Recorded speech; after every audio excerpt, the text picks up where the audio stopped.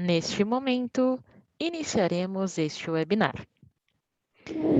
A seccional da Ordem dos Advogados do Brasil, Seção São Paulo, por sua comissão do Acadêmico e da Acadêmica de Direito, tem a honra de recebê-los para o webinar Formação Avançada Contratação Laboral no Ambiente Digital, que conta com o apoio das Comissões de Ação Social e Cidadania e de Cultura e Eventos da OAB São Paulo, e com o Instituto Ibero-Americano de Estudos Jurídicos. Este evento compactua com os Objetivos de Desenvolvimento Sustentável da ONU. Agradecemos e saudamos as autoridades que compõem essa mesa virtual, os participantes e todos aqueles que contribuíram com a campanha da Semana da Criança. Para conduzir a abertura oficial deste evento, anunciamos a doutora Adriana Cecílio, presidente da Comissão do Acadêmico e da Acadêmica de Direito da OAB São Paulo. Doutora, a palavra é sua. Muito obrigada. Olá, sejam todos e todas muito bem-vindos a mais um evento da Comissão do Acadêmico e da Acadêmica de Direito da OAB de São Paulo. É um prazer recebê-los aqui neste dia tão atípico que, infelizmente, acabou prejudicando um pouco esse momento tão especial que nós preparamos para todos vocês. Mais um grande evento, e um evento que traz hoje um tema extremamente importante para a formação, tanto dos nossos acadêmicos e acadêmicas, como dos nossos colegas. Então, eu quero agradecer muito à Iberojur, na pessoa do professor Fábio Veiga, por ter nos proporcionado e encaminhado, intermediado este convite a estes grandes professores que estão conosco aqui hoje, nos brindando com a sua presença. Quero agradecer imensamente a presença do professor Oscar Requena, da professora Suzana Ferreira, do professor Carlos Eduardo. É uma alegria recebê-los aqui, né, transpondo aí o oceano, estando conosco aqui hoje. Sei que vocês estão aí, né, num outro fuso horário, está tarde, já é bastante, foi um dia atípico e um tanto cansativo. Agradeço imensamente, é uma alegria recebê-los aqui, neste evento, para tratar desta temática, que eu tenho certeza que será de grande valia para o desenvolvimento dos nossos acadêmicos e acadêmicas de direito. Bem, em atenção às nossas regras de inclusão da Comissão do Acadêmico e da Acadêmica de Direito, eu vou fazer a minha autodescrição.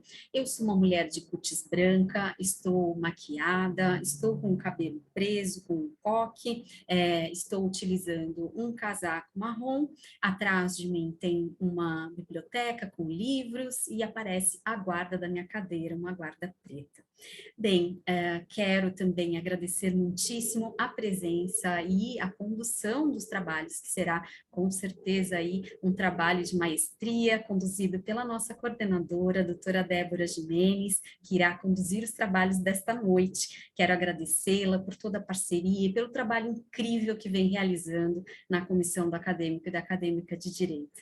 Também quero cumprimentar e agradecer a presença das nossas acadêmicas, da Sueline e da Luciane, que estão conosco na CAD e que são o motivo pelo qual nós organizamos e pensamos nestes eventos, porque nós sabemos que em todas as instituições, em todos os cursos jurídicos, existem acadêmicas e acadêmicas como vocês, que levam o curso a sério, que se empenham e que estão aí produzindo o seu futuro, que estão aqui empenhadas em construir uma história de sucesso para cada uma de vocês.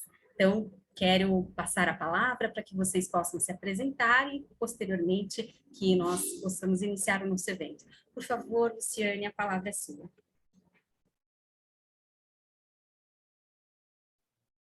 Boa noite, doutora Adriana.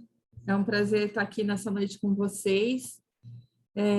Eu gostaria de cumprimentar primeiro o professor Dr. Oscar, a professora doutora Suzana, o professor Dr. Carlos, que nos muito enriquecerá nessa noite com seu conhecimento, e os nossos acadêmicos. Já em nome de todos, eu agradeço a presença de vocês, e já agradecendo já a riqueza de informações que vocês trazem para os nossos acadêmicos nessa noite. Eu gostaria também de cumprimentar a doutora Débora, que hoje se faz presente aqui e vai nos ajudar aí a complementar que essa noite seja completa. E a doutora Adriana, já agradecendo antecipadamente, que vai nos deixar para aí formar outros acadêmicos. Já agradeço antecipadamente em nome de todos os acadêmicos a oportunidade de nos dar estar aqui presente nessa noite. É muito grandioso esse evento e tudo que tem nos contribuído para a nossa formação. Muito obrigado, boa noite, ótimo evento a todos. Muito obrigada. Celine, por favor, a palavra é sua. Boa noite a todos e a todas. Vou fazer uma breve descrição. Eu sou uma mulher de pele branca, estou com uma maquiagem leve, cabelos soltos. Atrás de mim tem um ambiente domiciliar, a parede da minha casa e um espelho. Eu agradeço a todos, né, por estar nesse grande evento. Estou muito feliz por fazer parte da CAD e a cada evento que a gente participa, a gente entende o quanto é importante a gente ter essa formação e esse acompanhamento da OAB São Paulo. Agradeço aos expositores, o professor Oscar, a professora Suzana, o doutor Carlos, também a doutora Adriana, que está sempre conosco, nos auxiliando, e a Débora, que nos dá todo o suporte e apoio. Agradeço a todos, uma boa noite, um excelente evento. Muito obrigada, Celine, agradeço a você, a Luciane, por estarem aqui representando todos os acadêmicos e acadêmicas de Direito. Como a Luciane comentou, eu vou precisar pedir licença a vocês, hoje eu dou aula, eu leciono, agora na sequência, minha aula começa exatamente às 7h30, então daqui a pouco eu vou precisar me ausentar do evento, mas desejo a todos e tenho certeza absoluta de que será um grande evento, uma oportunidade única de grande aprendizado. Então, quero agradecer novamente a Débora, que irá conduzir os trabalhos, e aos nossos expositores que estão aqui nos brindando com a sua presença. Então, de pronto, quero passar a palavra para a doutora Débora para que ela possa fazer a condução dos trabalhos. Um excelente evento a todos. Boa noite a todos, obrigada, doutora Adriana. Eu gostaria de começar pela minha autodescrição. Sou uma mulher de pele clara, cabelos compridos, loiros. Atrás de mim tem uma cortina e a guarda da minha cadeira. Boa noite a todos e a todas. Eu gostaria de agradecer a doutora Adriana e ao presidente Caio, presidente da OAB São Paulo, que nos permite realizar estes projetos maravilhosos. Gostaria de agradecer a presença do doutor Oscar, da doutora Suzana, do doutor Carlos Eduardo. É muito importante esse trabalho que a gente faz, sempre voltado para o acadêmico e para a acadêmica de Direito, e é uma honra estar aqui hoje, mais uma vez podendo participar e colaborar. Muito obrigada. Agora eu vou passar a leitura dos currículos dos doutores. Vou começar pelo doutor Oscar. Doutor professor Oscar Renecan Montes, doutor em Direito pela Universidade de Valência, e a tese de doutorado dele ganhou um prêmio pela Associação Espanhola de Direito, Trabalho e Seguridade Social. Agora passo a leitura do breve currículo da doutora Suzana. É licenciada e mestre em Direito e Ciências Jurídicas Cívicas na vertente de Direito do Trabalho pela Universidade Católica Portuguesa, Centro Regional do Porto. Doutora em Direito Privado pela Faculdade de Direito da Universidade de Corunha, professora adjunta na Escola Superior de Comunicação, Administração e Turismo e Migradela do Instituto Politécnico de Bragança, diretora do curso de solicitadoria, prelatora da Ordem dos Solicitadores e dos Agentes de Execução, auditora de livros e casos práticos e artigos científicos, em especial na área do direito do trabalho. Agora passo a leitura do doutor Carlos Eduardo Dias, juiz do trabalho do TRT 15, doutor pela Faculdade de Direito da Universidade de São Paulo, conselheiro do Conselho Nacional de Justiça e juiz auxiliar da Corregedoria Geral de Justiça do Trabalho. Obrigada a todos pela ilustre presença. E eu gostaria de passar agora a fala para o Dr. Oscar. Boa noche. No sé si se me escucha bien, creo que sí. En primer lugar, quiero disculparme por no hablar portugués, por tener que expresarme en español. En segundo lugar, expresar mi agradecimiento por la invitación a este congreso. Para mí es todo un honor. Quiero agradecer tanto a Adriana Cecilio como a todo su equipo de trabajo el hecho de que me hayan acompañado al principio de esta ponencia. Y en tercer lugar, también decir que es un placer para mí poder compartir esta mesa con profesores muy admirados, como por ejemplo la profesora Susana y como el juez Carlos Díaz, con quien ya he tenido el placer de compartir. Pues bien, como dispongo de poco tiempo, voy a proceder ya a compartir mis diapositivas, la presentación que he preparado, con el objetivo de, como digo, resumir toda la información que tengo acerca del tema que vengo a exponer hoy, que es el de drones y relaciones laborales. Es un análisis jurídico basado en España, sobre todo en la Unión Europea, pero bueno, algo también podré decir de la situación en Brasil, muy poquito, porque es cierto que la regulación es muy parecida, al final es una regulación internacional por las características del espacio aéreo y, bueno, entonces tampoco es necesario entrar en cada regulación específica. Aquí tienen lo que va a ser la estructura de mi presentación. Los 3 primeros puntos voy a intentar ir muy rápido con el objetivo de dedicarle más tiempo a la segunda parte, a los puntos 4, 5 y 6. Por lo tanto, si vamos a hablar de drones, en primer lugar me gustaría acotar el ámbito objetivo de mi investigación. Dron, la palabra dron etimológicamente viene a referirse a un zángano, a una abeja macho o un zumbido. Respecto del aparato tecnológico, deberíamos diferenciar entre distintos tipos de aeronaves y dentro de esas aeronaves encontraríamos aeronaves autónomas, es decir, que no están ni tripuladas ni pilotadas, y por otro lado aeronaves que no están tripuladas, pero sí que están pilotadas a partir de un control remoto. Como ven, marcado en negrita, aquellas en las que nosotros nos vamos a centrar, que son en las RPAs. Además, siguiendo con este cotejo de la información, veremos que no nos vamos a centrar en los drones militares, como ven en la imagen de la derecha, sino solo en los drones civiles, es decir, en los drones que tendrán usos comerciales, porque son los que a nosotros, a efectos de las relaciones laborales, serán los que nos interesan. ¿Y por qué nos interesa investigar acerca de los drones? Pues, en primer lugar, porque están teniendo una presencia cada vez más progresiva en todos los ámbitos de la vida. La doctrina ha venido señalando 5 grandes mercados. Si bien es cierto que estos grandes mercados no son compartimentos estancos, sino que al final son transversales.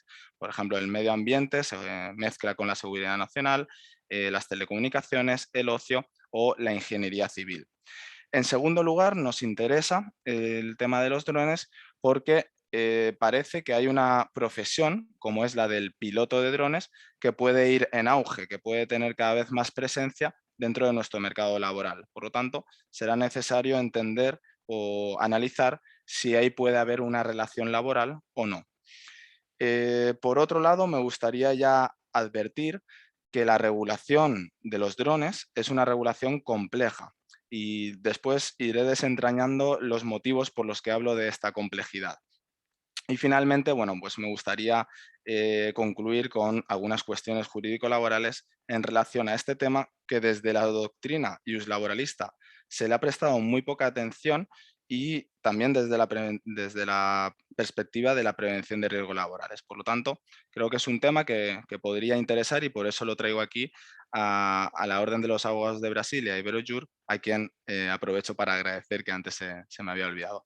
Pues bien, se dice que una imagen vale más que 1000 palabras. Por lo tanto, yo aquí he traído algunas de estas imágenes con el objetivo de que puedan contemplar el contexto o el gran campo en el que se pueden aplicar esta tecnología, estas aeronaves, como son los drones.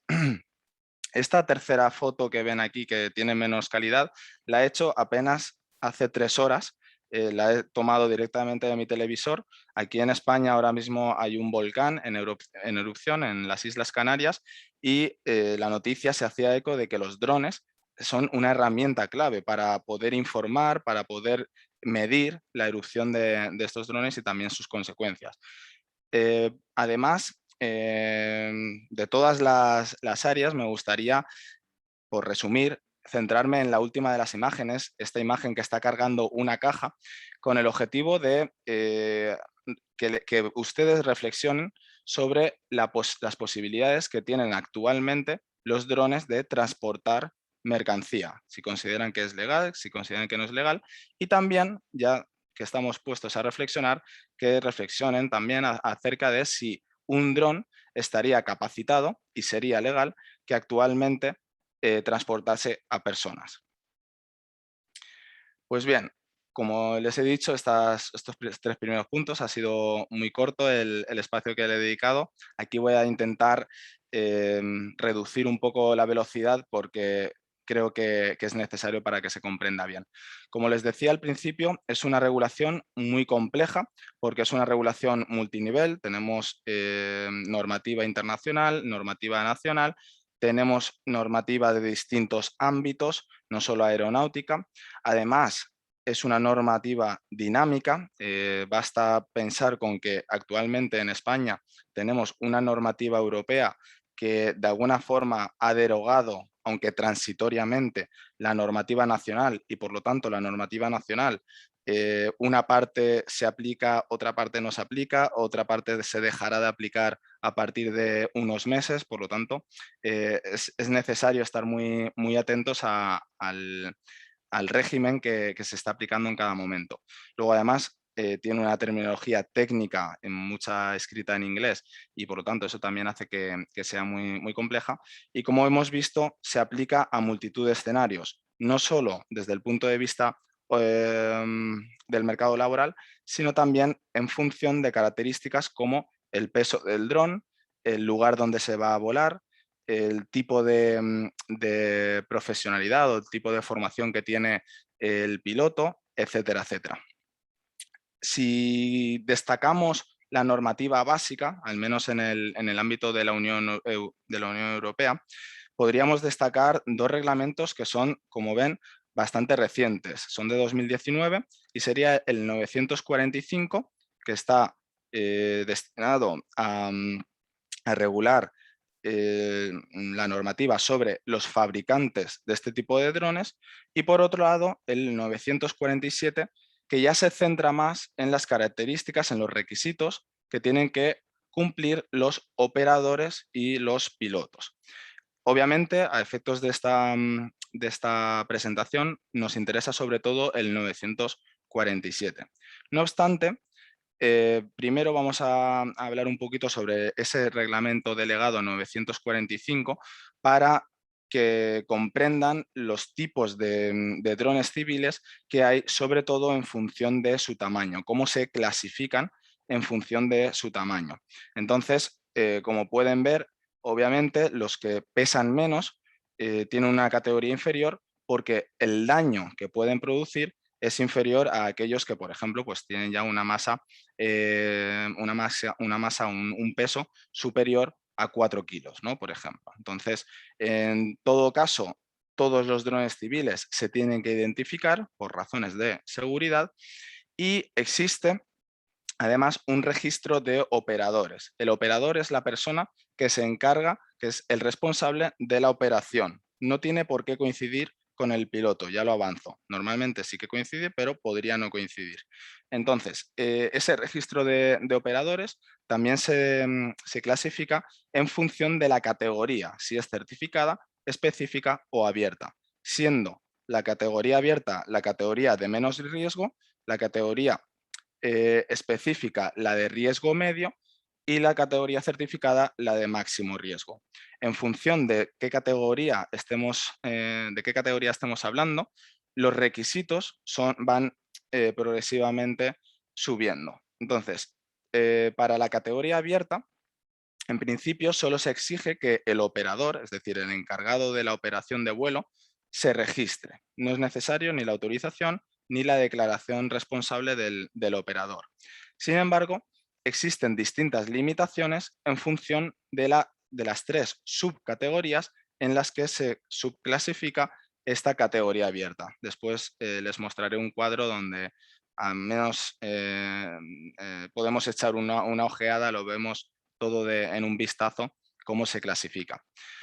En segundo lugar, la categoría específica es aquella dedicada a vuelos beyond the visual line, ¿no? Más allá de la línea visual del piloto. Por lo tanto, esos vuelos son un poco más peligrosos, de la misma manera que aquellos vuelos que vuelan a más de 120 metros de altura o que pesan más de 25 kilos o de 4 kilos si está sobrevolando espacios urbanos, etcétera, etcétera, ¿no? En ese caso, pues además también se pide un estudio aeronáutico de seguridad.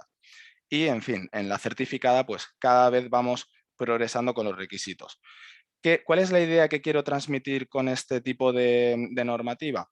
Lo que quiero transmitir es que, si bien es cierto que el piloto de drones podría llegar a ser una futura profesión deseada y próspera, lo cierto es que el piloto de drones y el operador de drones van a tener que cumplir con muchos requisitos y eso puede ser una barrera de entrada en el mercado laboral. Sobre todo si entendemos que aquellas actividades que más se dan al negocio privado van a requerir de operadores que tengan la capacidad de volar en categorías específica o certificada. No obstante, respecto a la categoría abierta, que era la primera, la más sencilla, podemos decir, se clasifica pues, en función del peso del dron, por lo que comentaba antes, por la peligrosidad del mismo. Luego también en función de si tienen cámaras o no ese dron. Tenemos que advertir también ya desde un primer momento que el dron, salvo por su peso, no es un material o no es un producto peligroso. Lo más peligroso es las aplicaciones que puede llevar este dron. Entonces, por eso si ni siquiera lleva una cámara o en el caso de que lleve cámara, si se considera un juguete, pues ni siquiera se requiere un curso de formación al piloto. Luego, poco a poco, esos requisitos van subiendo. No me voy a detener por motivos de tiempo, pero ahí tienen la tabla y tendrán la presentación a su disposición por si quieren consultar cualquier dato. ¿Cuál es la regulación en la Unión Europea? Pues bien, en la Unión Europea últimamente, recientemente, han habido unos cambios que considero relevantes. Algunos de ellos se refieren a los criterios de clasificación que ya hemos visto, el registro de operadores, que también hemos visto que era obligatorio, la formación del piloto de drones, que como se ha ido clasificando desde mi punto de vista de una forma más eficaz, en algunos casos es menos exigente, en otros se ha ampliado esa exigencia. Y como les decía al principio, actualmente la regulación española, que sería ese Real Decreto 1036 de 2017, actualmente está vigente, pero a partir de unos pocos meses, es decir, desde el 1 de enero de 2022, perderá su vigencia y por lo tanto tendremos que adaptarnos a esta normativa europea. Bien, respecto de la legislación española, antes se hablaba de las operaciones aéreas especializadas. Como les decía, existe un operador y un piloto. Si entendemos al operador como, y así se define en la normativa, como el responsable de la operación o el responsable de la seguridad de la operación, y al piloto como aquella persona que simplemente manipula los controles y que tiene que tener una actitud como cualquier otro piloto, en ese caso podemos observar claramente una relación laboral entre operador como empleador, piloto como trabajador por cuenta ajena, como empleado. Por lo tanto, podemos estar ante una de las futuras profesiones de mayor reconocimiento y de mayor espacio dentro del mercado laboral, la profesión del piloto de drones. Entonces, ¿cuáles son las consecuencias de esta profesión? Pues, por un lado, sustituirá parcialmente a algunos trabajadores. Y cuando digo parcialmente, digo algunas de las actividades de estos trabajadores. Y pongo el ejemplo del socorrista, ¿no? Del vigilante de la playa. Le va a sustituir parcialmente, sobre todo en aquellas actividades más peligrosas, porque un dron puede ir, soltar un flotador y al menos hasta que se pare el oleaje o hasta que llegue una embarcación, puede estar ahí la persona sin tener que arriesgar la vida el socorrista. Por otro lado, podemos hablar de una sustitución total, es decir, del conjunto de tareas y funciones de una profesión. Pongo el ejemplo del mensajero.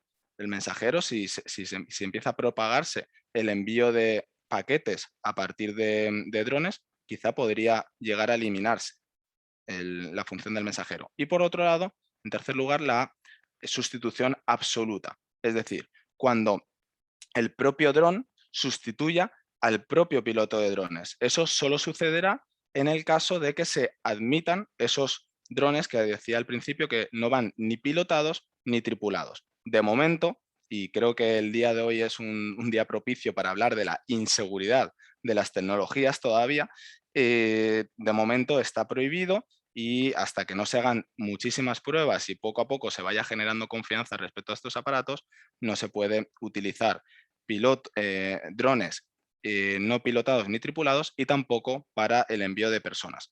Aunque ya desde 2016 ya hay una empresa, una empresa china, que ha sacado es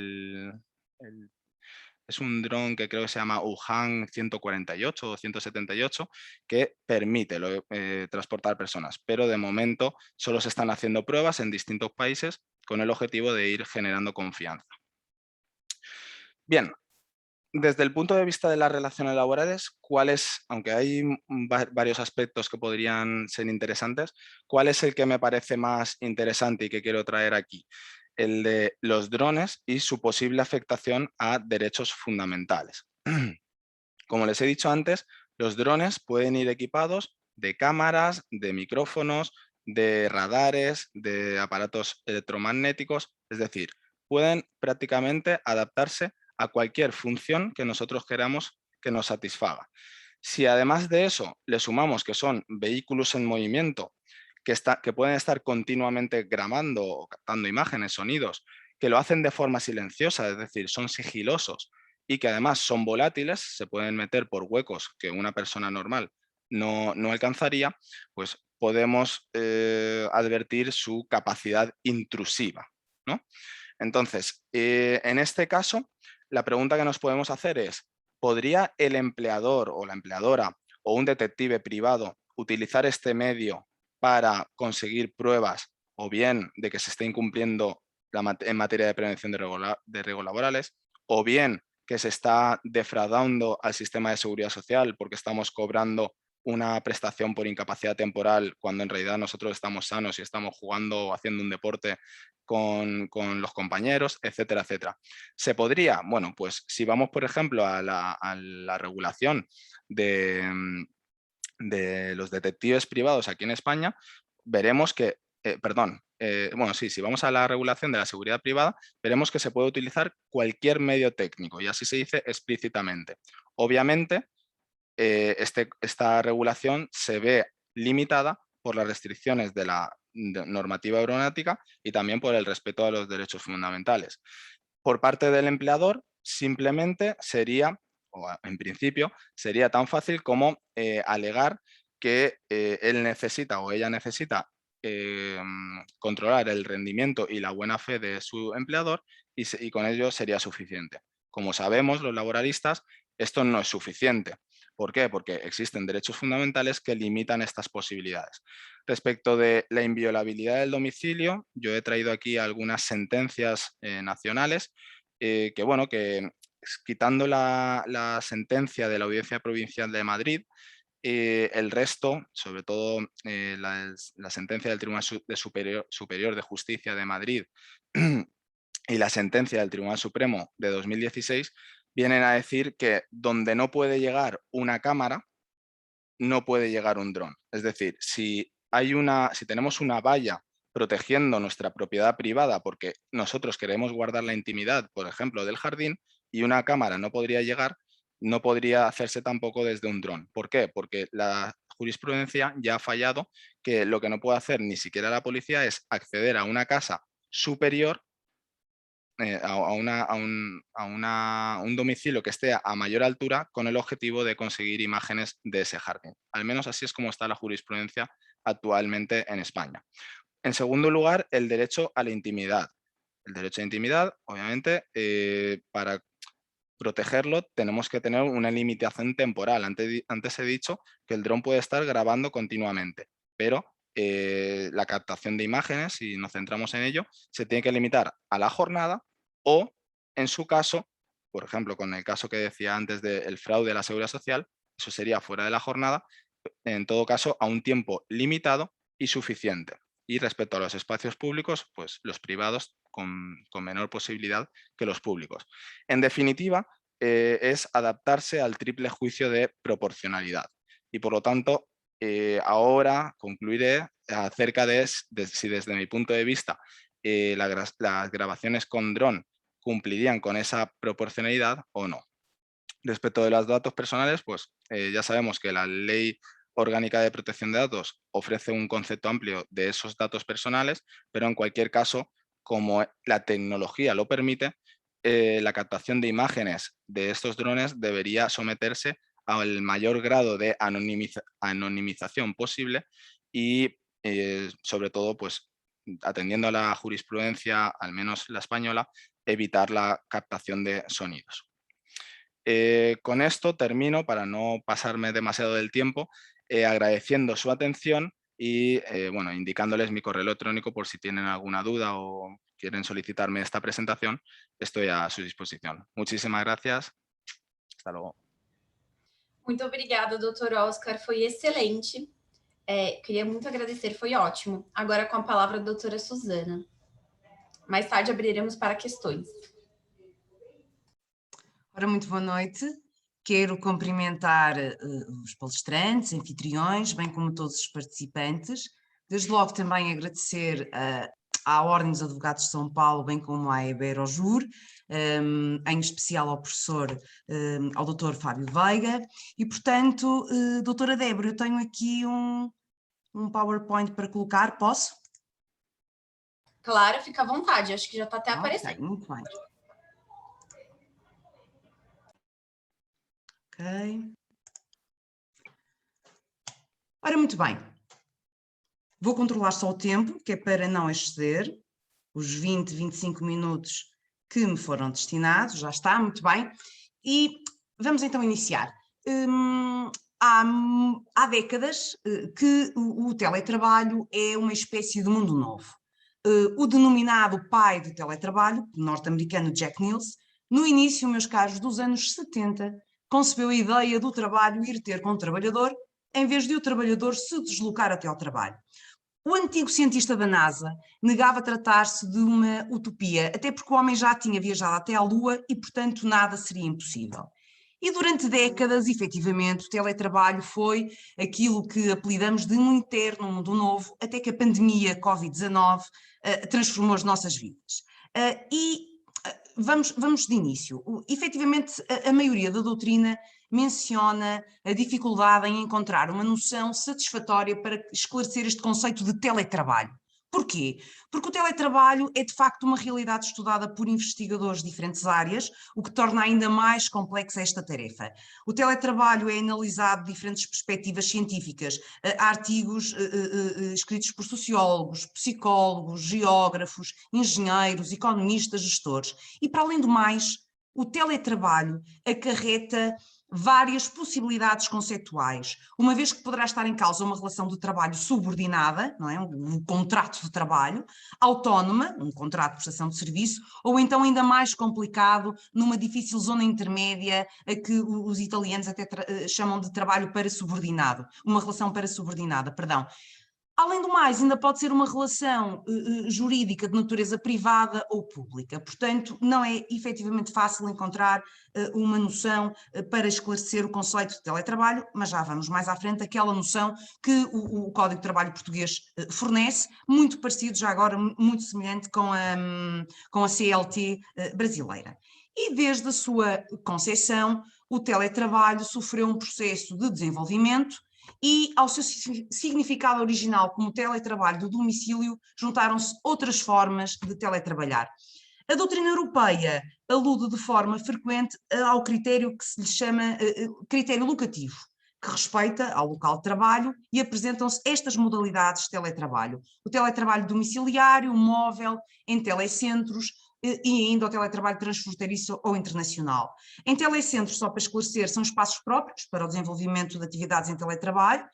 O teletrabalho móvel é aquele que é realizado na estrada, ou seja, de forma itinerante, com recurso a portátil, a telemóvel, enfim, permitindo ao teletrabalhador aceder à empresa e aos clientes sem quaisquer limitações de espaço e de tempo, e depois o transfronteiriço ou internacional, em que variadas empresas recrutam trabalhadores em países estrangeiros, e as razões pelas quais o fazem variam, seja por falta de trabalhadores qualificados a nível interno, seja por questões salariais e de conhecimento de mercados.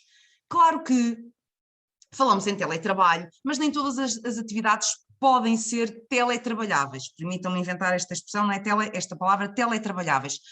Embora já existam teleconsultas médicas, claro que não imaginamos ainda, nem será imaginável, digo eu, um telecabeleireiro, um teleesteticista, telebarbeiro, não é? Claro que as atividades ligadas às tecnologias têm uma maior vocação para serem exercidas em regime de teletrabalho. Então, quais são as atividades que podemos destacar como mais teletrabalháveis? Programação, engenharia, análise de software, gestão, planeamento financeiro, contabilidade, auditoria, recursos humanos, etc, etc. E, claro, não posso deixar de dizer advocacia também. Vale o que vale, é certo, mas Portugal foi o primeiro país europeu a regular o regime jurídico do teletrabalho para o setor privado e introduziu no primeiro Código de Trabalho português, que data de 2003, entretanto já revogado em 2009. O teletrabalho está regulado nos artigos 165 a 171 do Código de Trabalho português, o de 2009, e já agora a relação jurídica de emprego público, existe um diploma chamado Lei Geral do Trabalho em Funções Públicas, que também regula o teletrabalho, e consagra o regime jurídico dos teletrabalhadores, mas o artigo 68 deste diploma remete para o regime previsto no Código de Trabalho. Okay?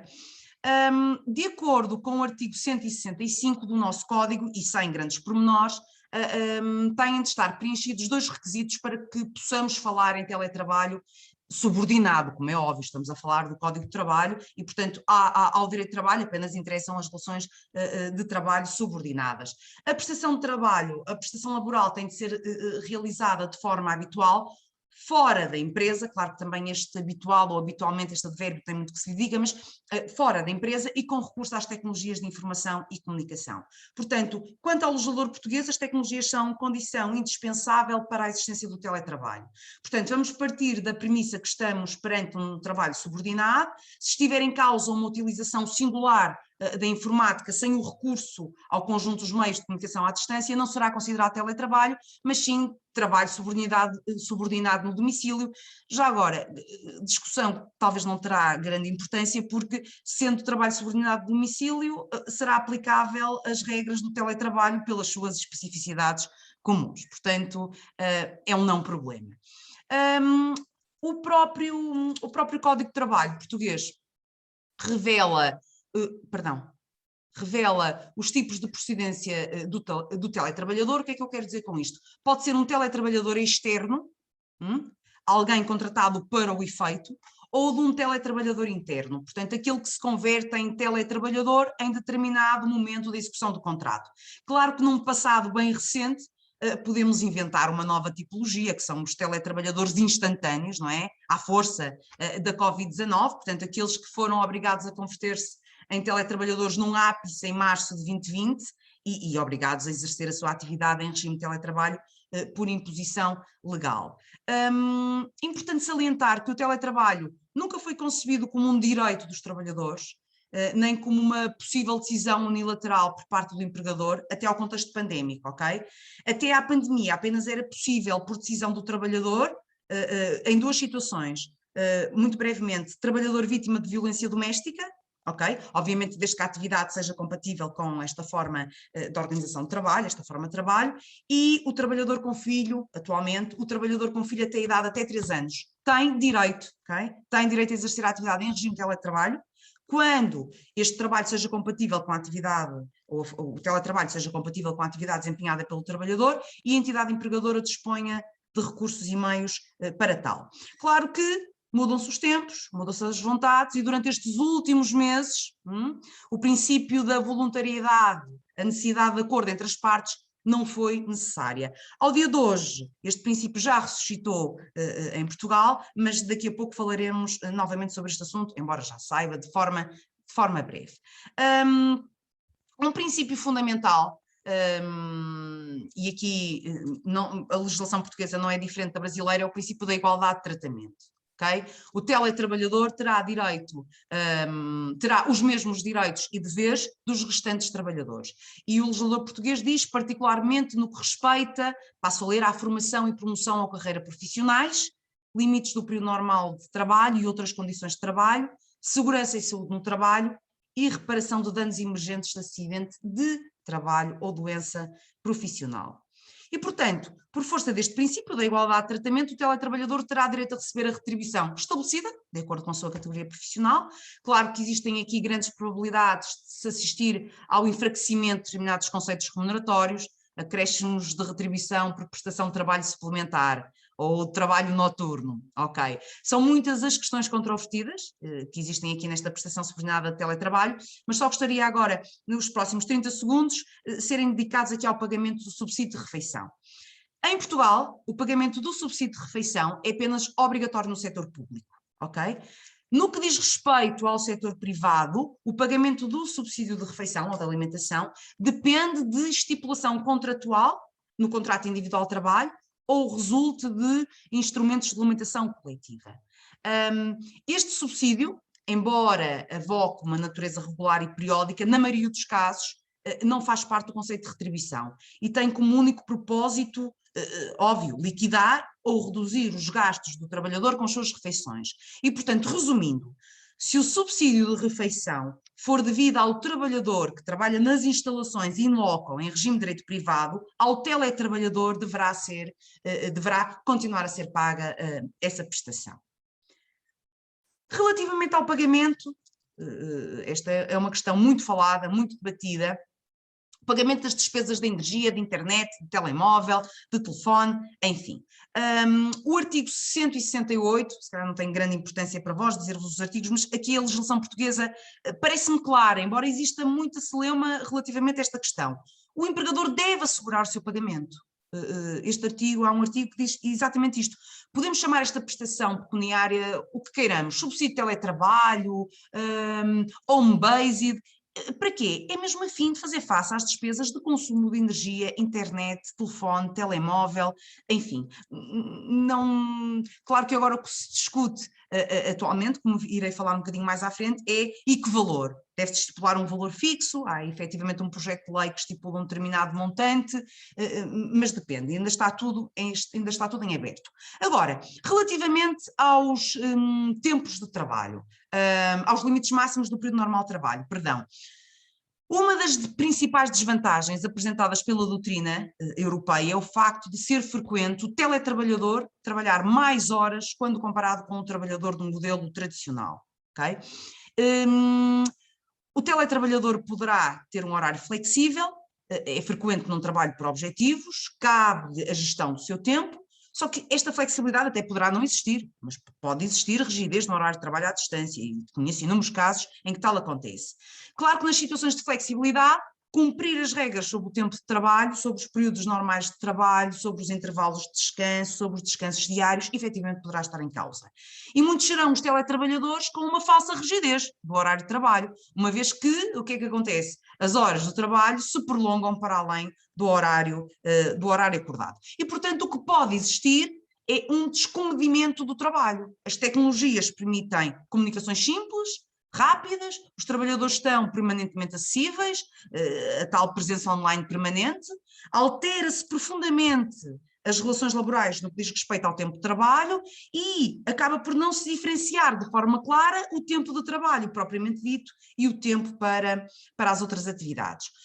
Por isso mesmo, há já algum tempo, a Teresa Moreira, uma professora da Universidade do Minho, que já há muito tempo escreve sobre estas matérias, referiu-se ao direito de privacidade do século XXI, que representa o quê? O direito à desconexão dos trabalhadores. Sejam trabalhadores clássicos, os clássicos são os trabalhadores que trabalham nas instalações da entidade empregadora, sejam teletrabalhadores, enfim, esta autora acrescenta de uma forma muito interessante que na maior parte dos casos Nem sequer há uma ordem expressa do empregador nesse sentido. O que existe é uma interiorização desta ideia pelos trabalhadores e uma gestão que é realizada por objetivos, de tal forma que, após algum tempo, são os próprios trabalhadores que não conseguem separar a vida profissional da vida privada. Há quem chame também a teledisponibilidade.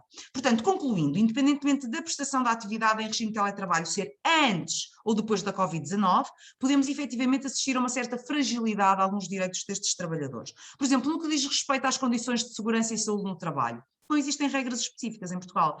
O que é que se limita ao legislador? A remeter para as normas gerais aplicáveis a todos os restantes trabalhadores. Mais ainda, também me parece muito pertinente, mas não é hoje, obviamente, muito pertinente a reflexão, a discussão sobre a questão dos acidentes de trabalho.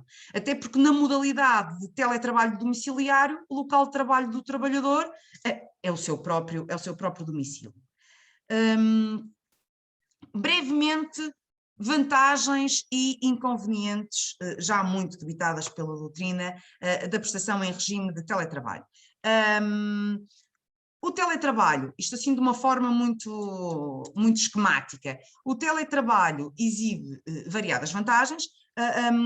Obviamente que antes de as debitar, posso só fazer aqui um parênteses. Claro que nunca se pensou, quando a doutrina europeia, e não só, debitava as vantagens e os inconvenientes do teletrabalho, nunca pensou naquilo que vivemos em março de 2020 e fevereiro de 2021, ou seja, uma hipótese de teletrabalho familiar, não é? Como aconteceu com milhares de famílias nos 2 confinamentos que existiram no nosso país, e muitos lados, como é óbvio, em que todos os membros da família estavam em casa.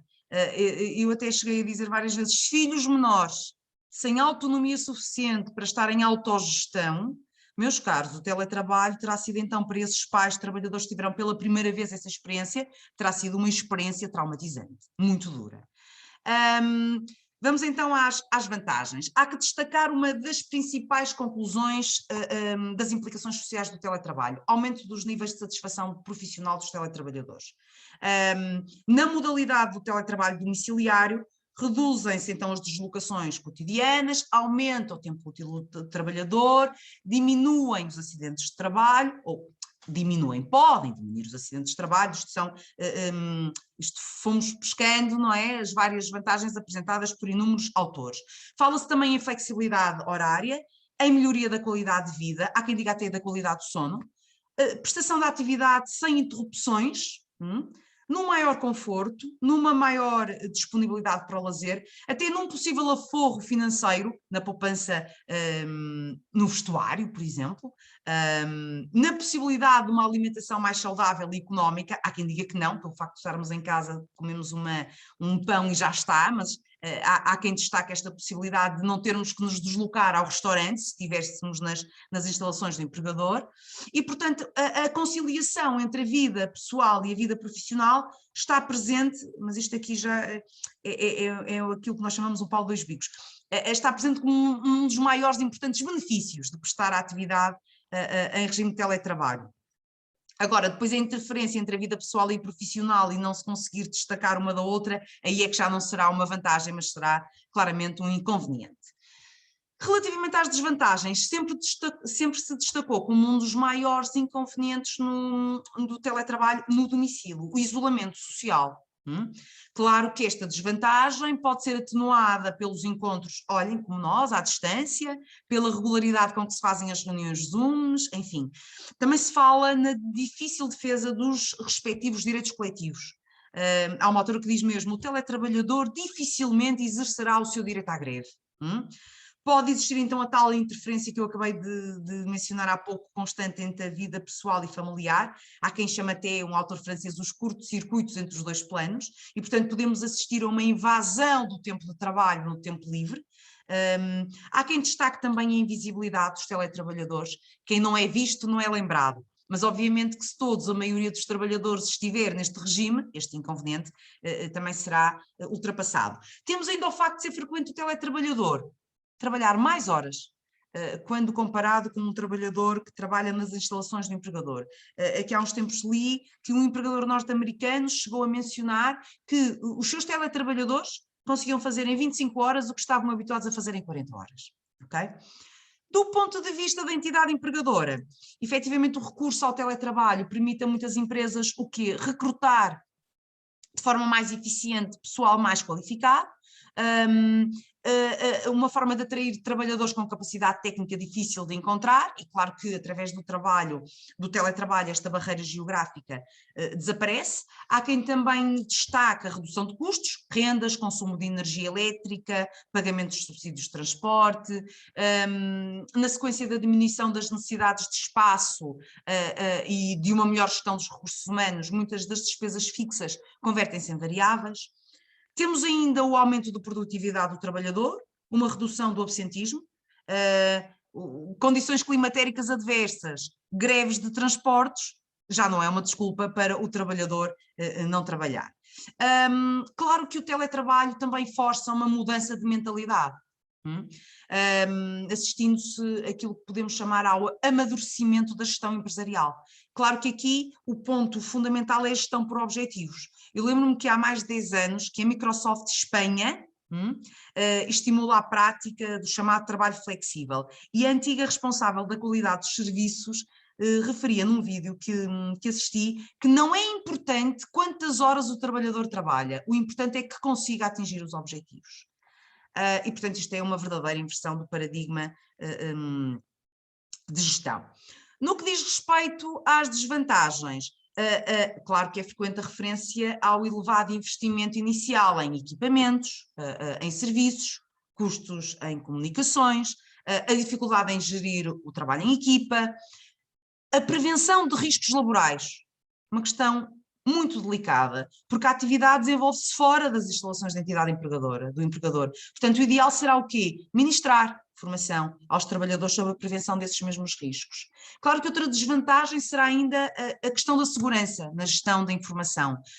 Há quem destaque até a possível quebra de confidencialidade dos dados. E tendo em conta que o meu tempo avança e eu ainda vou a metade e não pode ser, vou passar só aqui para vos destacar que sempre foi muito difícil obtermos um número preciso de teletrabalhadores, não só existentes em Portugal, mas existentes no mundo.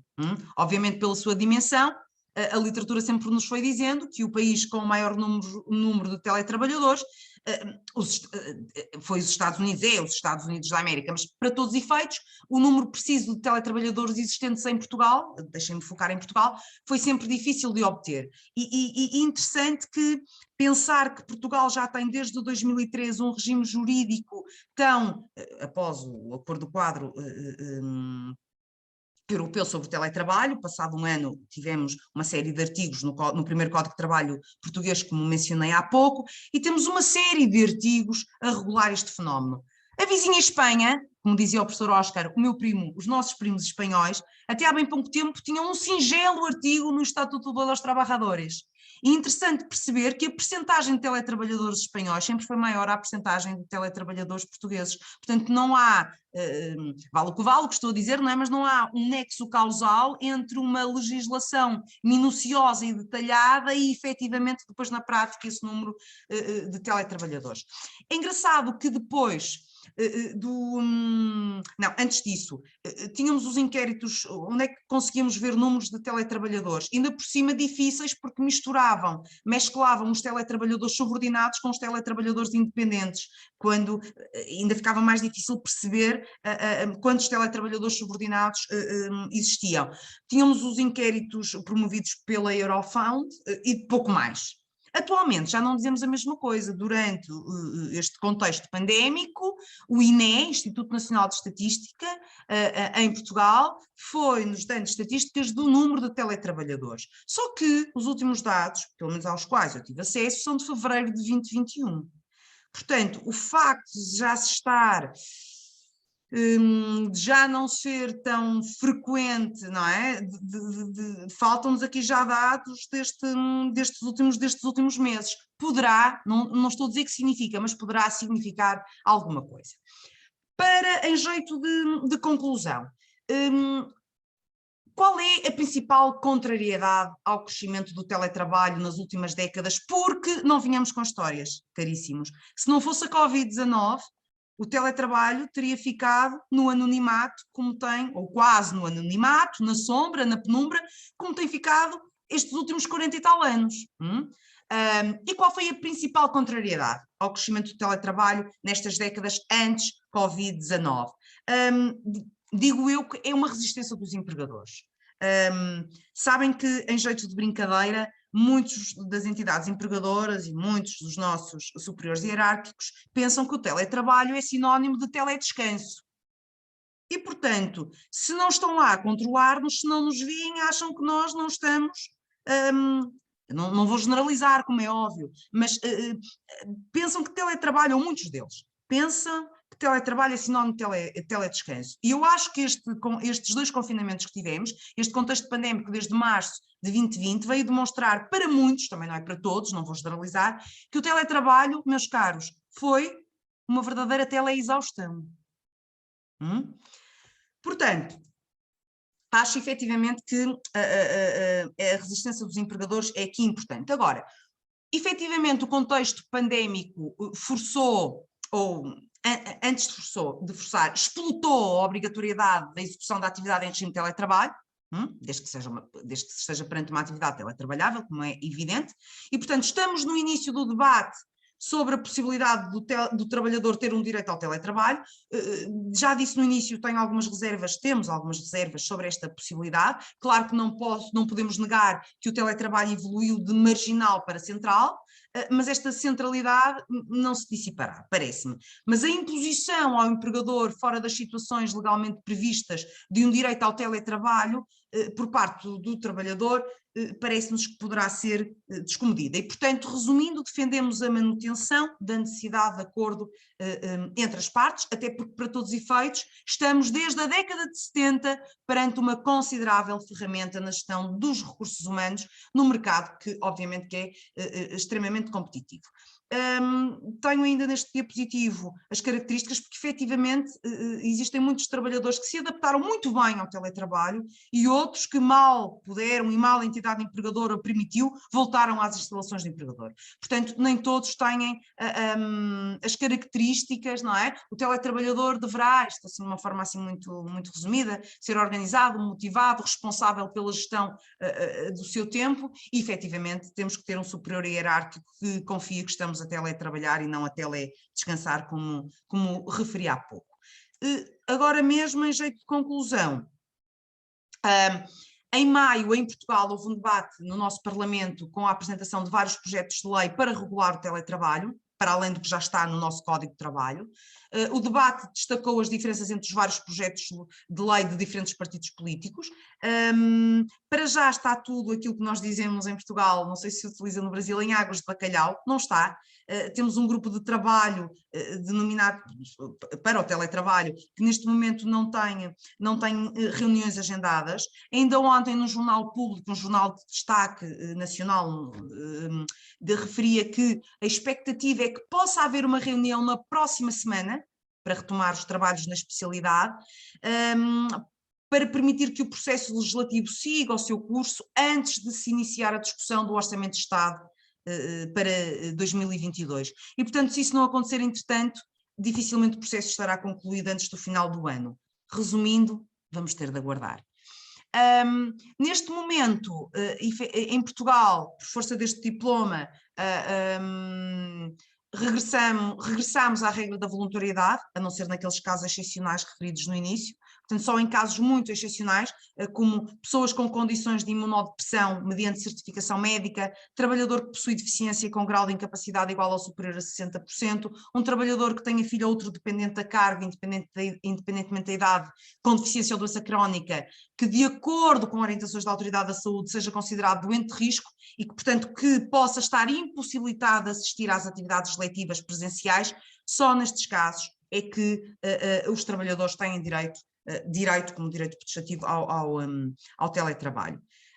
Pelas pesquisas efetuadas, e agora é mesmo o último, prometo, pelas pesquisas efetuadas, fontes consultadas, enfim, a prática empresarial revela-nos que a fórmula mista mais frequente antes da Covid-19 é que combina o teletrabalho no domicílio com as instalações do empregador, ou seja, o teletrabalhador, embora o Código de Trabalho português não refira essa hipótese, mas é perfeitamente possível, como é óbvio, o teletrabalhador trabalha parte dos dias da semana nas instalações do empregador e a outra parte em regime de teletrabalho. Parece-nos que esta poderá ser a fusão perfeita pós-Covid. Porquê? Porque anula algumas das desvantagens apresentadas para o teletrabalho domiciliar e, portanto, é como ter o melhor dos dois mundos. E se para alguns estas palavras podem soar a utopia, posso-vos dizer que neste momento empresas portuguesas, grandes empresas portuguesas como a nós, a Vodafone, operadoras de telecomunicações, Altice Portugal, CTT, Galp, estão neste momento a testar estes modelos híbridos. Portanto, resta-nos esperar. Muito obrigada pela vossa atenção. Muito obrigada, doutora Suzana, foi maravilhoso. Eu passo a palavra agora para o doutor Carlos Eduardo. Doutor Carlos? Boa noite a todas e a todos. Um cumprimento especial aos meus colegas de bancada, os que me antecederam, professor Oscar, que análogo a esse aqui, professora Suzana, ouvi atentamente também suas ponderações e aprendi bastante. Vocês sempre nos oferecem muitas experiências diferentes, né? Especialmente no atual cenário que nós estamos no Brasil. Justamente o ponto que eu vou suscitar aqui na minha exposição de uma grande dificuldade de aplicação, né, da legislação, até por força da inação dos nossos poderes constituídos, né? Ao contrário do que a senhora acabou de expor, aqui nós temos muito mais vazios normativos do que, efetivamente, regulações concretas e objetivas. Eu cumprimento também a doutora Débora, que está presidindo este encontro, Sueline, Luciane, é um prazer estar aqui com vocês. Meus cumprimentos igualmente ao pessoal que está aí na retaguarda, no apoio, né, sempre indispensável, especialmente nessas circunstâncias de tecnologia, porque a qualquer momento podemos ser surpreendidos, né, com algum problema e sempre alguém vem para nos socorrer, né? Eu deixo também meu cumprimento à professora Adriana, que esteve na abertura, mas infelizmente teve que sair por um bom motivo para dar aula, mas com certeza faço questão de deixar registrado meu cumprimento a ela. Agradeço imensamente o convite feito pela OAB São Paulo, registro que eu tive a honra de integrar os quadros da OAB há muito tempo, né, quando, antes de ser magistrado, fui advogado, exerci advocacia, e isso me orgulha bastante. E também agradeço o Iberojur, que está copatrocinando isso, o professor Fábio e a professora Thalita, que eu vi que está por aí também. São dois parceiros importantes, nós estamos trabalhando em conjunto, uma série de eventos, de atividades, e com certeza é sempre uma honra para nós participarmos de eventos como este, né? Bem, eu me propus a falar aqui do teletrabalho também, ainda que sabendo que teria aí Com licença, doutor Carlos, fazer mais um olhar. Vocês estão conseguindo ver o doutor Carlos? Agora voltou. Pronto, doutor, pode continuar. Obrigada. Ah, tá bem. Houve uma instabilidade na conexão aqui. A câmera continuou ligada, mas a conexão deu uma alternada aqui, então reduziu um pouquinho. Então, eu propus manter a temática a mesma, porque, naturalmente, a minha abordagem vai ser muito mais voltada à regulação objetiva no Brasil e, sobretudo, as dificuldades que essa regulação acaba trazendo em função das idas e vindas da nossa legislação, que tratou do assunto de maneira precária e depois deixou de tratar, tornando mais precário ainda. O que já estava regulado de forma precária passou a ser muito mais precário. Antes de iniciar apenas a título de introdução, de contextualização, porque isso é muito importante, eu gostaria de lembrar que nós falamos em teletrabalho, a professora Suzana até situou aí de modo muito preciso a questão da gênese, né, do teletrabalho, quando isso se coloca como algo mais relevante, mais significativo, mas o teletrabalho não é outra coisa, senão uma derivação de uma modalidade de trabalho que já existe há muitos e muitos anos. Para ser mais preciso, existe desde praticamente o início da primeira revolução industrial, né, que é o trabalho a domicílio. Importante lembrar isso. Quando surgem as primeiras fábricas, e ainda com a dificuldade de colocação de todas as pessoas nessas unidades, o que nós passamos a ter foi a possibilidade de deslocamento de certas atividades para o âmbito do domicílio, da residência das pessoas. Uma herança que, aliás, permaneceu aqui no Brasil. Ainda temos vários segmentos produtivos que atuam dessa maneira, né? A indústria de confecções, a indústria de calçados, ainda tem parte do processo produtivo que é realizado em domicílio, inclusive em algumas situações saindo um pouco da dinâmica das relações de trabalho, pelo menos as relações reguladas de trabalho. E não é por outro motivo que a nossa CLT, já bem velhinha, né, que é de 1943, ela tem um dispositivo que regula o trabalho a domicílio. É o artigo 6º. Pouca gente se lembra disso, né? Nós temos a regulação do trabalho a domicílio desde muito tempo atrás, com o artigo 6º da CLT. Claro, não se pensava neste momento em teletrabalho, né? Nem se cogitava nisso. Isso é um advento que surge a partir de novas tecnologias, mas a raiz está ali. Na realidade, o trabalho a domicílio é uma espécie, né, da qual aí derivam os gêneros todos, inclusive o chamado teletrabalho.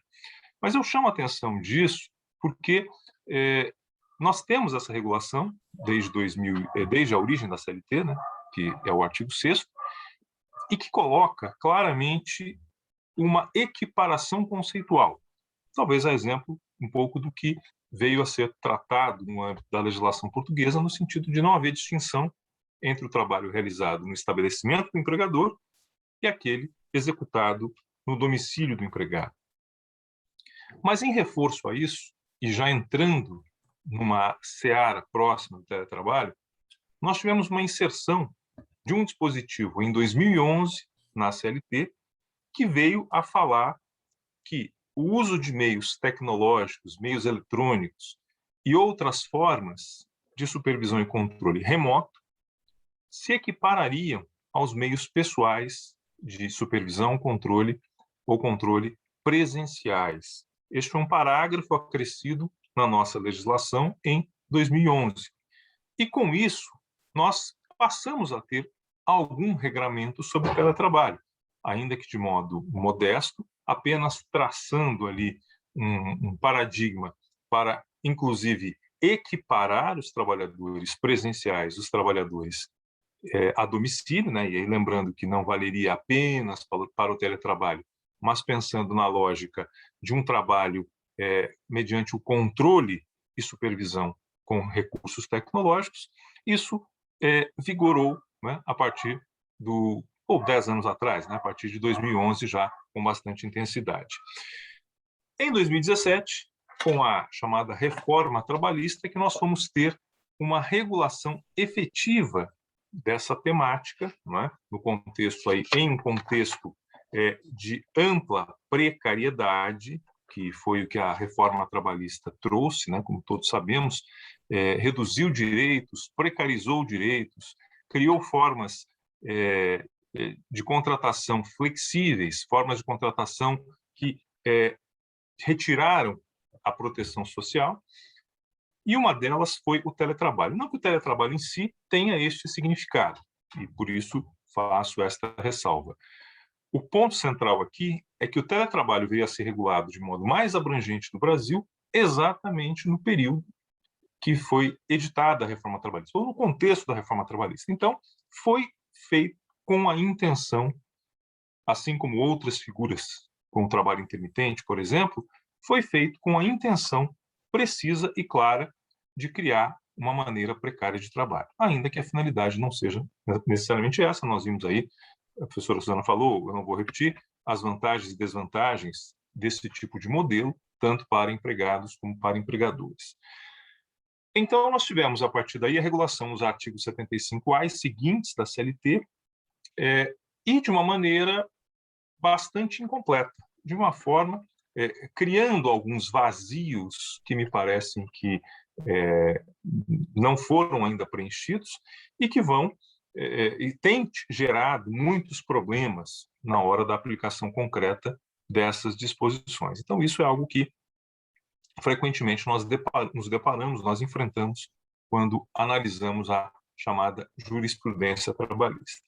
Pois bem, então, só reconstituindo, regulamentação normativa a partir de 2017, novembro de 2017, com a CLT. Mas aí vem o advento da pandemia, já muito bem situado na exposição anterior,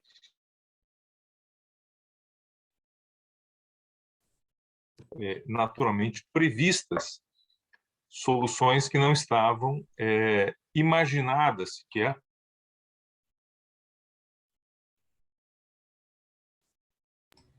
Doutor Carlos, me escuta? Acho que travou de novo.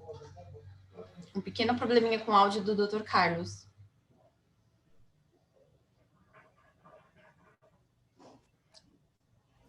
Bem, estou voltando aqui, tinha uma queda de conexão, problemas, como dito, da tecnologia, e retomamos. Então, nós tivemos, a partir de 2017, essa regulação imperfeita e incompleta, e a partir do advento da pandemia, em março de 2020, nós tivemos a necessidade da instituição de outras formas de regulação deste assunto, até mesmo para atender o elemento emergencial que se desenhava.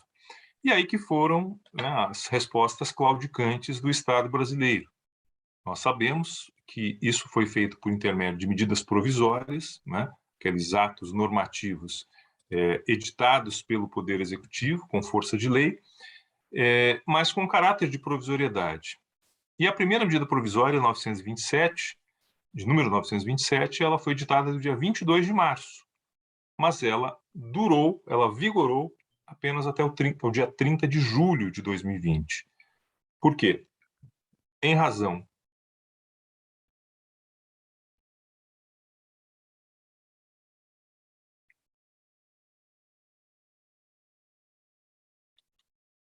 do critério constitucional que vigora no Brasil, essa medida provisória vale por um período de 60 dias, prorrogável por mais 60. Então, desde o dia 30 de julho de 2020, essa medida provisória deixou de vigorar e nós não tivemos nenhuma disciplina sobre este tema até o ano de 2021. Em 27 de abril, portanto, mais de um ano depois da primeira edição, uma nova medida provisória, de número 1046, veio a regular o mesmo assunto, de maneira exatamente idêntica, com alterações eminentemente pontuais.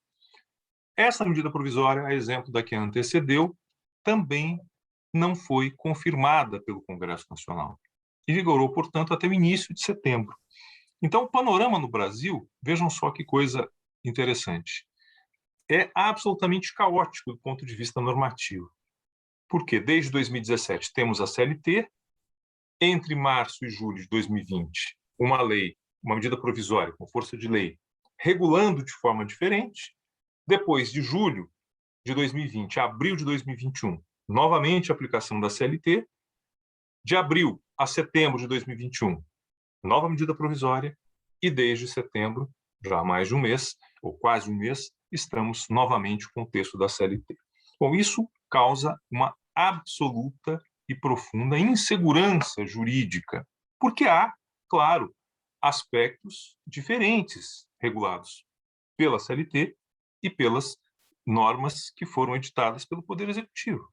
A começar, a questão da compulsoriedade. Como em Portugal, aqui, o teletrabalho, no regime CLT, ele não é compulsório. Ele depende de mútuo consentimento entre as partes, mútuo acordo. O empregador propõe, o empregado aceita, ou vice-versa. Claro que no período de pandemia, mas especificamente durante a vigência dessas duas medidas provisórias, essa aceitação era compulsória, era obrigatória, não dependia de anuência do empregado. Mas eu lembro que essas medidas provisórias vigoraram apenas durante 4 meses em 2020 e 4 meses em 2021. Vale dizer, fora dos períodos de vigência das medidas provisórias, o que vale? A necessidade de anuência de empregado e empregador para a instituição do regime de teletrabalho. Então, olha só, nós temos uma pandemia que dura aí 1 ano e meio, mais de 1 ano e meio, mas nós tivemos apenas um período reduzido de 8 meses em que houve a possibilidade da adoção compulsória do teletrabalho. No restante do período, isso ficou estabelecido pelo critério da CLT, mediante contratação ou alteração bilateral.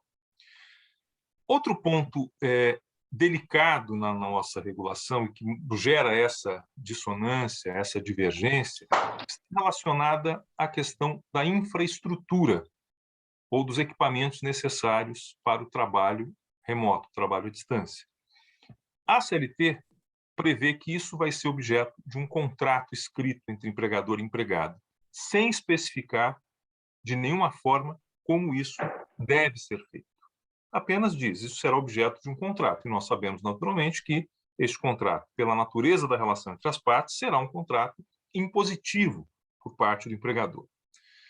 Pois bem, nas medidas provisórias estava prevista a possibilidade de se fazer a cessão desses equipamentos, que seriam de responsabilidade do empregador, pelo regime de comodato. O empregador deveria fornecer os equipamentos em regime de comodato. No entanto, eu volto ao mesmo problema. Esta circunstância, nós estamos em pandemia desde março de 2020 e apenas em 2 períodos definidos vigorou esta regra do comodato.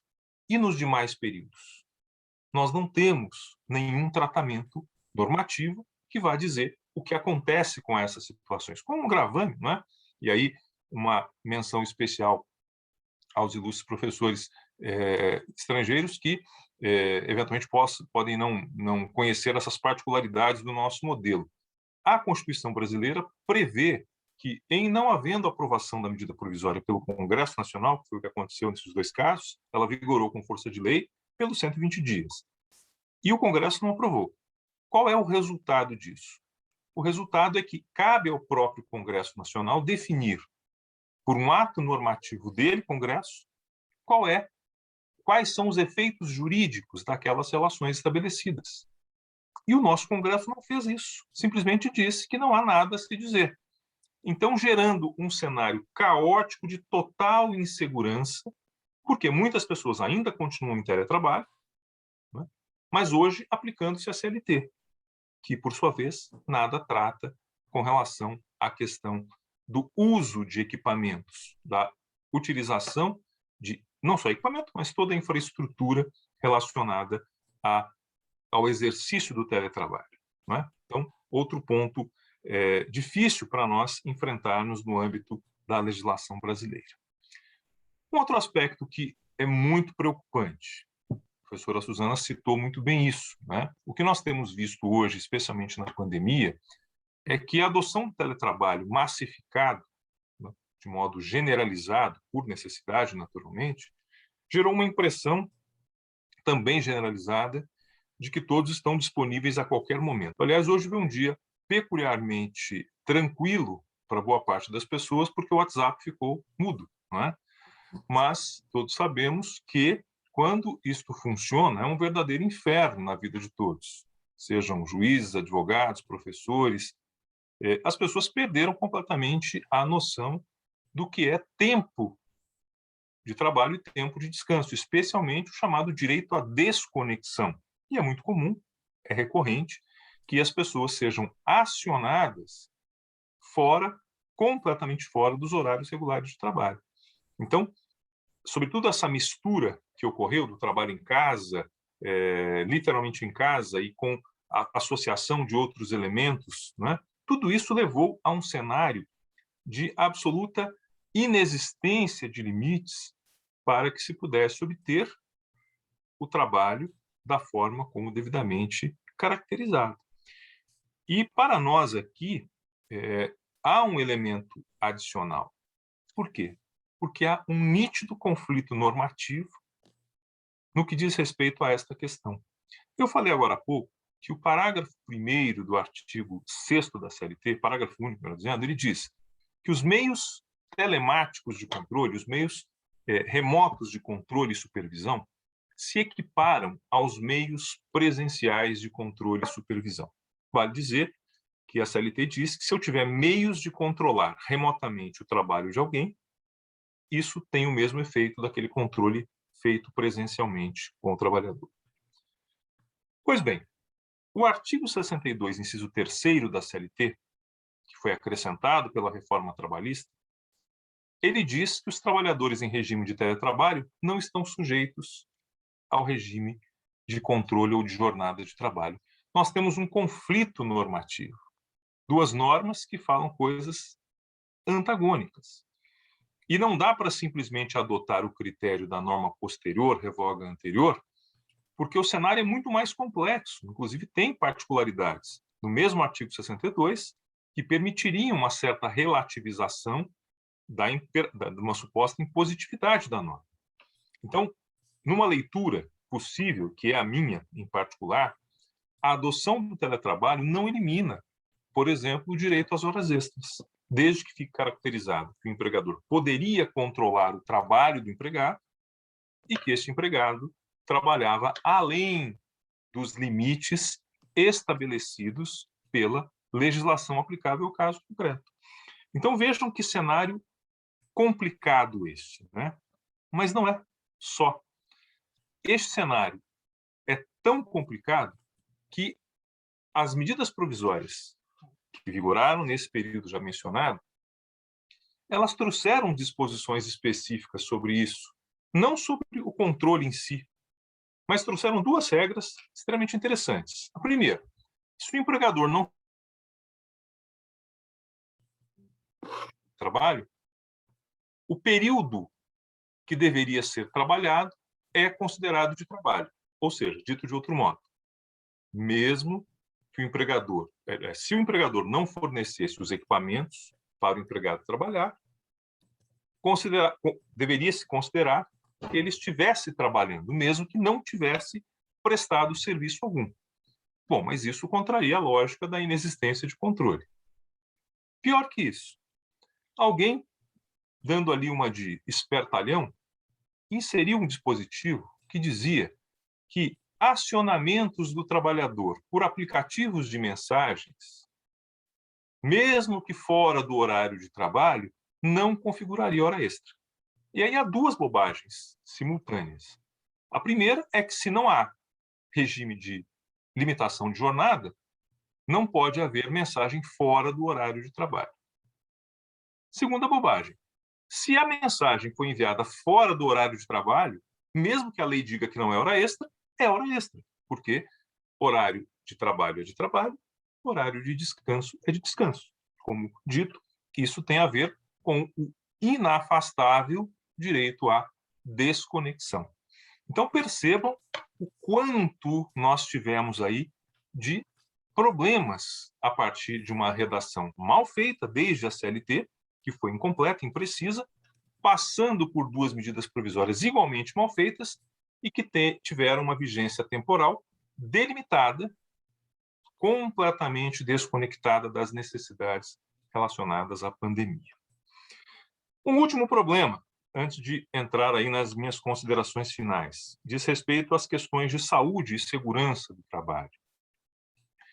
A CLT traz um dispositivo que afirma que o empregador deve promover orientação ostensiva e permanente sobre os riscos relacionados ao trabalho.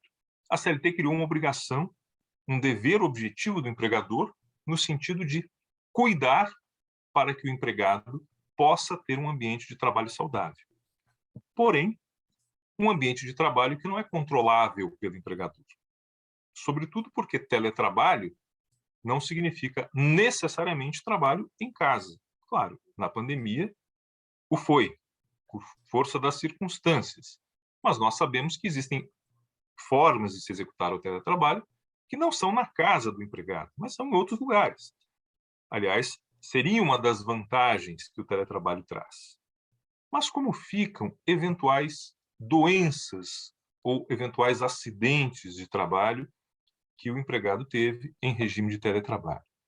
E eu adiciono um elemento muito importante a essa reflexão, que é exatamente uma das consequências do cenário pandêmico que nós temos. A circunstância da pandemia, a existência do trabalho obrigatório em regime de teletrabalho, a somatória de fatores de convivência, as tensões, tudo isso somado, tudo isso misturado, tem levado, ao menos aqui no Brasil, imagino que talvez ocorra também em Portugal, na Espanha e em outros lugares, a um aumento gradual de pessoas com transtornos mentais, invariavelmente associados ao trabalho, especialmente depressão, episódios de ansiedade e outros tipos de transtornos causados justamente por essas circunstâncias, inclusive de excesso de trabalho que todos nós estamos tendo.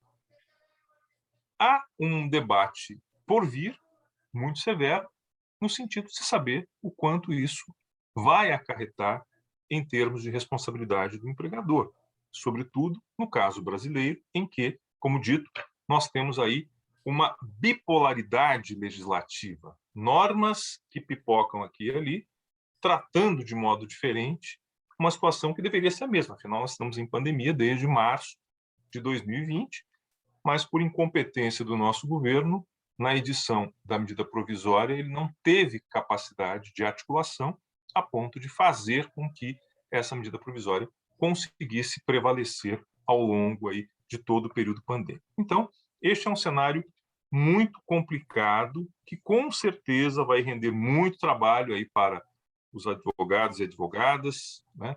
E muitas ações acumulando na justiça nos próximos anos. Eu, fazendo aqui um breve exercício de futurologia, se me for permitido, né? Eu vejo que o teletrabalho ele tende a se redimensionar nos próximos anos, claro, sem este excesso que ocorreu agora, mas temperado aí com, né, uma incidência maior do que vinha acontecendo, mas também muitas pessoas, de certa forma, traumatizadas com os efeitos negativos, inclusive o isolamento, a ausência de interação com os colegas e tudo mais, pode gerar uma mudança feroz no mercado de trabalho. Não há dúvida nenhuma que este vai ser um desafio para nós enfrentarmos com a leitura, né, que eventualmente possa ser feita aí nos próximos anos, mas apenas num cenário pós-pandêmico, um cenário em que nós tenhamos a pandemia bem controlada, em que possa haver aí uma regularização das atividades e que as pessoas possam efetivamente ter um direito de escolha. Eu não me arrisco a dizer que isso vai acontecer em breve, nem quando poderá acontecer, porque há muitas surpresas possíveis, inclusive as dificuldades aí de enfrentamento de novas variantes do vírus e coisas do tipo. Nem a própria dificuldade de vacinação de toda a população. O Brasil mesmo não vacinou completamente 50% da sua população ainda, né? E fora as manifestações negacionistas que grande parte das nossas autoridades possuem. Então, eu não vejo isso num tempo curto, muito pelo contrário. Mas, com certeza, é um cenário que nós vamos ter que reavaliar mais adiante quanto isso vai impactar essas relações. E há preocupações adicionais a isso. Uma das principais, além daquelas que já foram bem expostas pela professora Suzana, está relacionada à própria organização sindical dos trabalhadores. A minha especialidade de estudo sempre foram as relações coletivas de trabalho. Toda a minha carreira acadêmica foi relacionada a isso. Ainda hoje estudo esse assunto também. E é algo que me preocupa, porque naturalmente nós sabemos o quanto a adoção dos modos fragmentados de trabalho, que começam com a terceirização e outras figuras análogas, o quanto isso compromete a articulação da ação sindical, porque ela depende, antes de tudo, de união, né? A unidade sindical tem como pressuposto a organização dos trabalhadores, especialmente nos locais de trabalho, nas portas de fábrica, fazendo a ação sindical voltada à coordenação dos seus interesses. Então, este é um ponto muito relevante, muito importante, que nós vamos ter que avaliar ao cabo de alguns anos, no sentido de se entender qual o impacto dessas novas formas de trabalho, incluindo o teletrabalho, em termos de organização e de ação sindical. Enfim, o que eu posso dizer a vocês não é exatamente um cenário aí de grande esperança, né? Eu, independentemente de todos os efeitos negativos que a pandemia nos trouxe, né? A gente sempre tem que buscar achar a expectativa de melhora em algum contexto, mas nesta temática, infelizmente, eu não vejo um cenário muito favorável. Esta inconsistência, inconstância legislativa que nós temos, como eu falei, tende a produzir uma profusão muito grande de ações trabalhistas e isso vai comprometer ainda mais o funcionamento do Poder Judiciário. Claro, para os advogados gera um mercado importante, né? Mas em termos institucionais de sociedade, nós sabemos o quanto isso vai ser difícil para concretizarmos. Mais uma vez, agradeço a atenção de todas e de todos, agradeço o convite e me coloco à disposição para eventuais questionamentos adicionais. Obrigado. Muito obrigada, doutor Carlos. Eu sei que está um pouco tarde, mas eu vou abrir para questões e vou direcionar uma questão para cada um, tudo bem? Apenas para não tomar o tempo dos doutores, que eu sei que principalmente para os doutores estrangeiros está bem tarde aí, né? Eu vou ser breve, tá bom? Obrigada. Vamos lá. Sueline, você quer ler alguma questão para a gente? Por favor. Sim. A primeira questão é para o Dr. Oscar. Hoje no Brasil, nós já utilizamos os drones para acompanhamento de atividades na agricultura e agropecuária.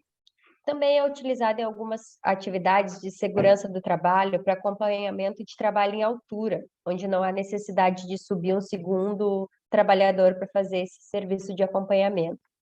As regras já existentes, elas nos dão a segurança na execução dessa atividade, da utilização dos drones?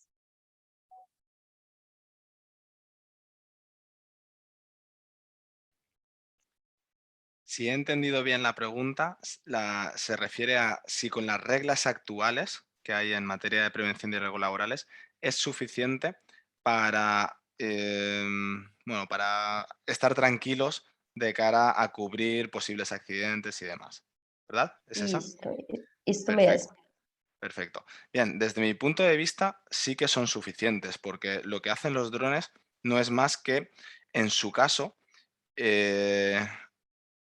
aumentar el riesgo. Pero ante esos aumentos de riesgo, bueno, puede ser la doble vertiente, o aumentar el riesgo o reducir el riesgo. Antes comentaba la faceta, ¿no?, de los socorristas, los vigilantes de playa, ahí reduce el riesgo. En otros casos podría aumentar el riesgo, por ejemplo, de que cayese sobre una parte de los trabajadores o en materia de derechos fundamentales que violase derechos fundamentales, el derecho a la intimidad, básicamente, ¿no?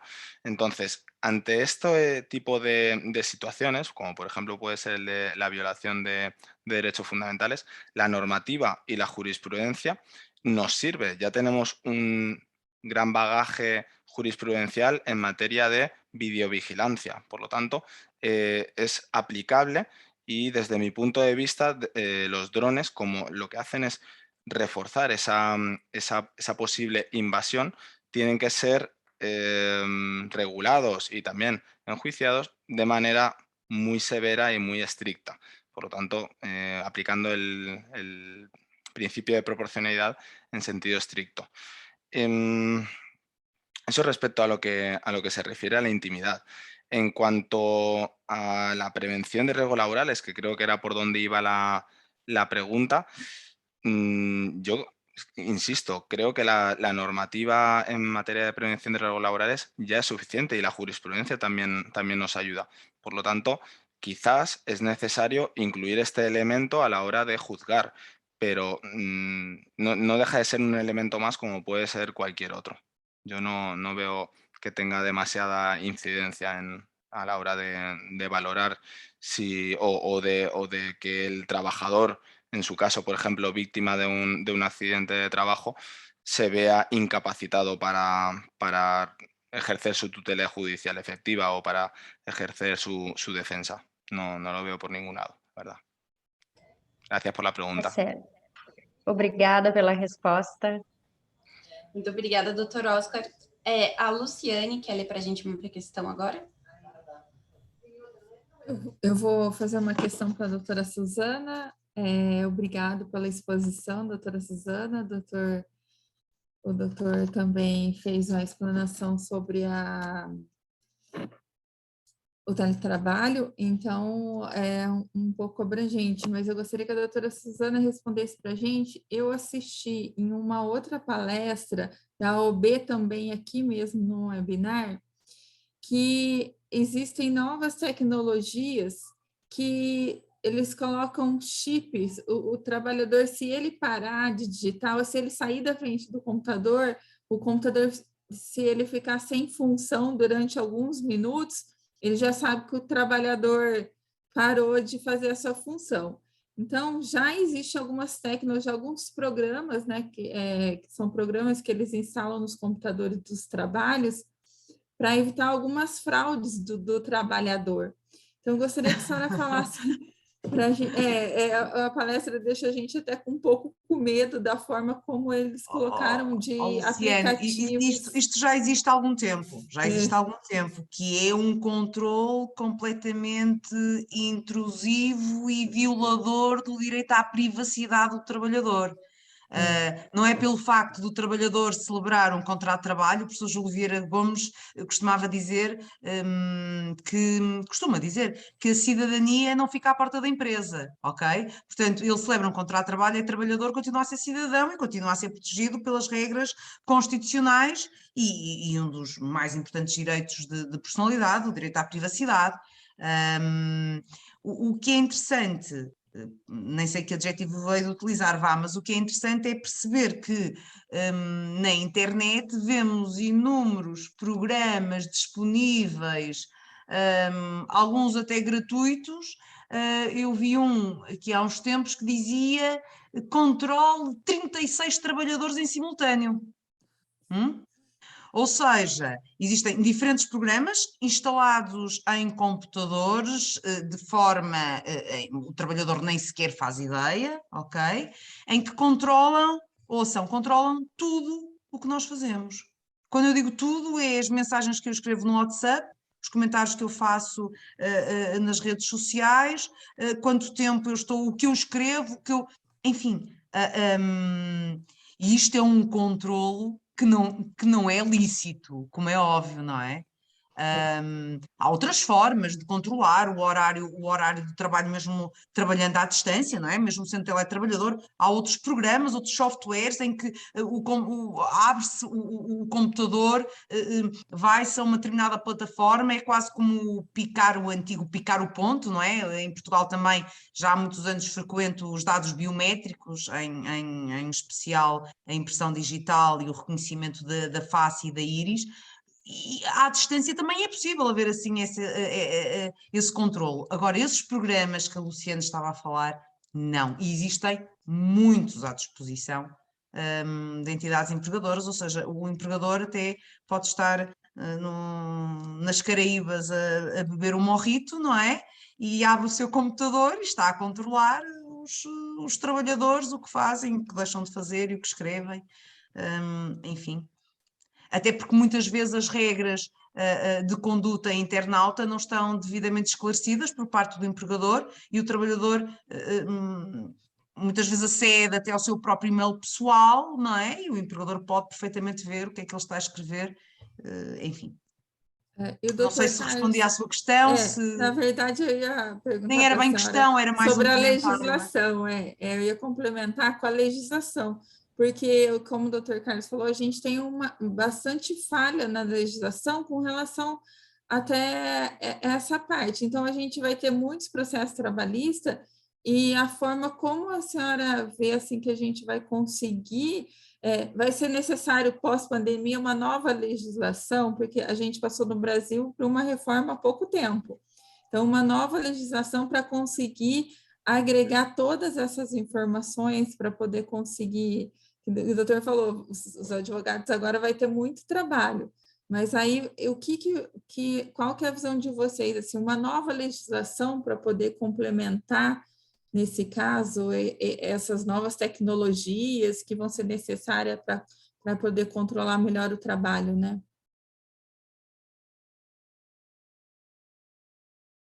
Sim, o próprio Código de Trabalho português já consagra alguns direitos de personalidade do próprio trabalhador, aqueles que o legislador considera que são mais importantes, mais frequentes no domínio laboral, e temos, por exemplo, um artigo 22 que diz o trabalhador goza do direito de reserva e confidencialidade relativamente ao conteúdo das mensagens de natureza pessoal e acesso à informação de caráter não profissional que envie, receba ou consulta, nomeadamente através do correio eletrónico.